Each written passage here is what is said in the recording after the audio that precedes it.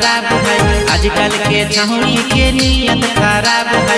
एकरा से अच्छा तो महुआ शराब है। एकरा से अच्छा तो महुआ शराब है। आजकल के छौड़ी के नियत खराब है। आजकल के छौड़ी के नियत खराब है। एकरा से अच्छा तो महुआ शराब है। एकरा से अच्छा तो महुआ शराब है।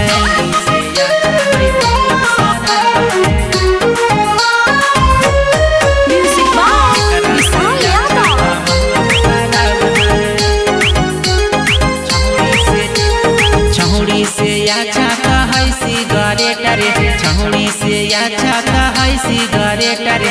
जिंदगी कटत वही भाषा करे रे। जिंदगी कटत वही भाषा करे रे। दिलवा लगाई के चलै तो रोवा रे। दिलवा